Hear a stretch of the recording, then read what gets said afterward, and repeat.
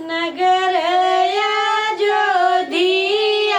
बहुत निकला गई जहाँ राय राम कुंवर जी। नगर अयोध्या बहुत निकला गई जहाँ राय राम कुंवर जी। काऊ चढ़िया वही भोले महादेव।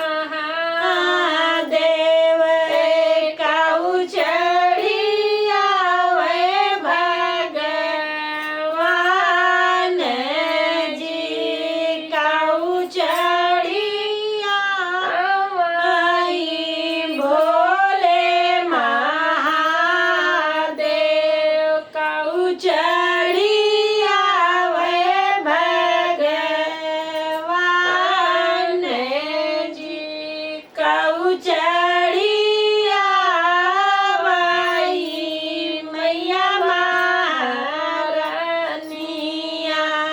लाल ध्वजा फहराई जी। काऊ चढ़िया वही मैया महारानिया। लाल ध्वजा फहराई जी। बैल चढ़िया वही भोले महादेव। रथ चढ़िया वे भगवान जी।